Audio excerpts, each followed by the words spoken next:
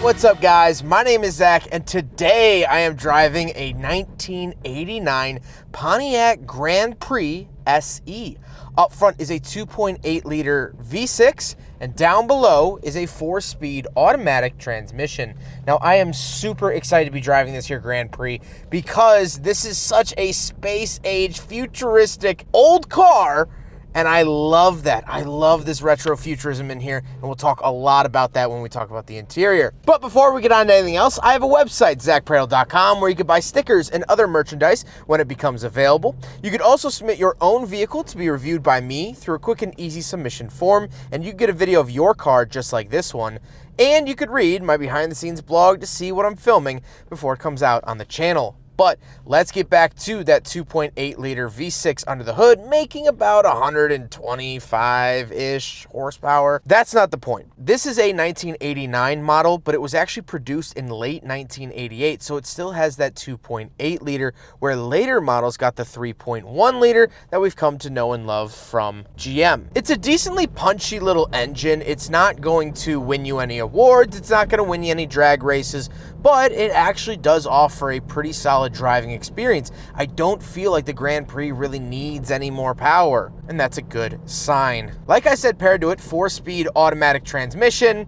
It's doing the job. Nothing really to write home about with this either. But the last thing I want to talk about with the drivetrain is the fact that this is actually front-wheel drive. And the reason I point that out is because this was actually the first generation of the Grand Prix to be front-wheel drive. So I did a previous generation of the Grand Prix, which was a 1986 2+2, and then I've done Grand Prix since, where they are front-wheel drive. So this was the start of that. This was the first one to jump the bridge and do front-wheel drive, which is pretty unique. With that stuff out of the way, let's talk about the interior, because boy, do we have a lot to talk about here.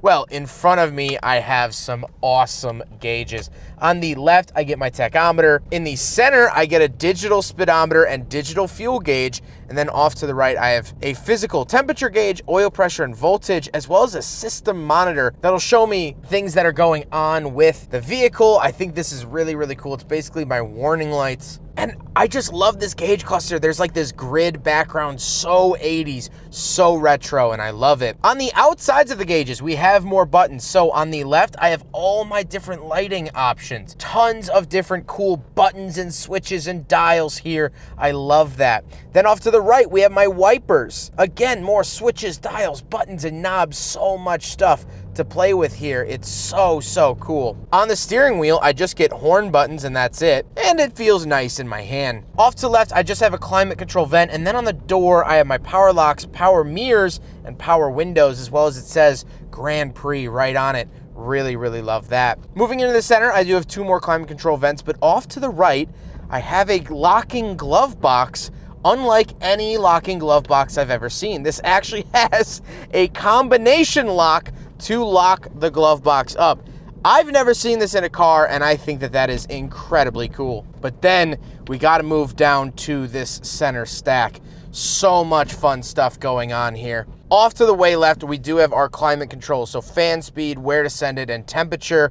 Fantastic. Moving off to the right there, then we get the radio. So we have balance and volume and tune and DNR, which I've been told stands for Dolby Noise Reduction, but I've also been corrected on that, so I'm not quite sure. But then off to the far right, we have all of these different equalizers and things that we can change in an auto-reversing tape deck with seek and program and all of these cool, cool things. But the creme de la creme, the pièce de résistance. Down here in the center, we have a vehicle diagnostic screen. So we can look at range, average speed, average economy, instant economy, service, and reset. And it has this really, really cool graphic down below. It looks straight out of an 80s movie. I love it. This is just fantastic. And it all still works here in this Grand Prix, which is just the coolest thing in the whole wide world. I love this retro grid style. It's just, I could spend hours talking about this stuff. But then we get to the shifter, and the shifter is very like 80s GM. It's kind of a funny dichotomy here. I wish it kind of looked like a fighter joystick or something like that, but it doesn't, and that's okay. I still love it for its personality. Then of course we do get a cigarette lighter and ashtray, because how can you not? And then, getting back to the 80s, we have 12-way adjustable seats. So all those controls are located right here by my right arm, and they are awesome. It is really, really cool to see all these customization features for the seats. I love it, I love it, I love it, I love it. Really, really cool. Then all of those seat options are actually located on top of the lid for the center console, so you could pop it open and rummage around in there. But as you might notice, that means that there's no space left for a cup holder. So on that basis, it fails the big friggin' bottle test. Then we got to talk about the seats. The seats are that 12-way adjustable. Like I mentioned, they are very comfortable. They look fantastic. They look just so cool. I think the only thing that would make this car more retro, more 80s would be red seats and a red interior. But I am perfectly okay with this peanut butter interior I am currently experiencing, and I have zero complaints in the world. However, speaking of seats, we actually do have back seats, so let's go do a back seat review. All right, so we're in the back of the 1989 Pontiac Grand Prix SE, and GM in this era, specifically the late 80s, early 90s, really knew how to do back seats of coupes. I am sitting here completely normal, and it's fine. I do have ashtrays that flip out of the side here. Of course, gotta have that. But what's interesting is that this is actually a 2+2. So I just have a little center armrest down here, and that's it. I actually don't get a center seat, which is actually kind of nice. The seats themselves are bucket seats. They're nice and comfortable and fit well, and I actually really enjoy being back here. I would love to go on a road trip or something of the sort sitting back here, and I don't think I've ever said that about a coupe. So again, high praise for the Grand Prix. Let's hop around the very back. We'll take a quick look at the trunk and cargo space, and then we'll talk about the looks. All right, so we're on the back of the Pontiac Grand Prix from 1989.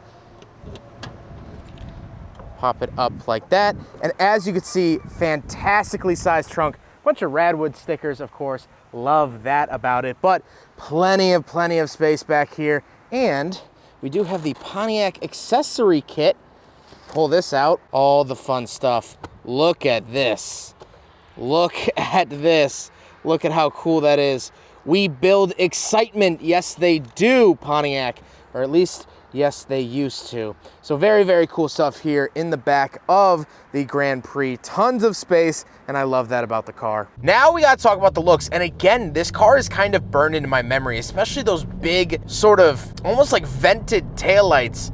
I love the look of it, but let's do a walk around. And I sound like a broken record in this video, and I really don't mean to, but this car just looks so cool, looks so sleek, so futuristic, and yet this car is over 30 years old. I just think it's the coolest thing in the world. And I had a family friend that owned one of these, and I remember seeing him parked outside, and we had a neighbor that had one of these, and it's just so unique, and it brings so much nostalgia to me just looking at the car, let alone driving it, which is, to say the least, fantastic.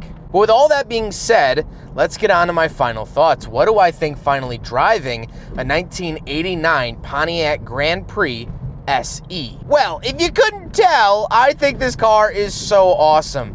Mainly because I've always found this very interesting. I've grown up with the idea that the future is going to be doomsday. I don't think I've ever actually truly believed that the future was going to be polished metals and free healthcare and anything really positive. I've always just assumed the future is just gonna be a crumpled wasteland. But back in the 80s, yeah, you had movies like Escape LA, but those were fun works of fiction. Back then, it was fun to joke and tease about a wasteland future. They really truly looked forward to the future. They wanted things to feel crisp and new, and computers were on the rise, and there was gonna be automated homes that would make your life less stressful.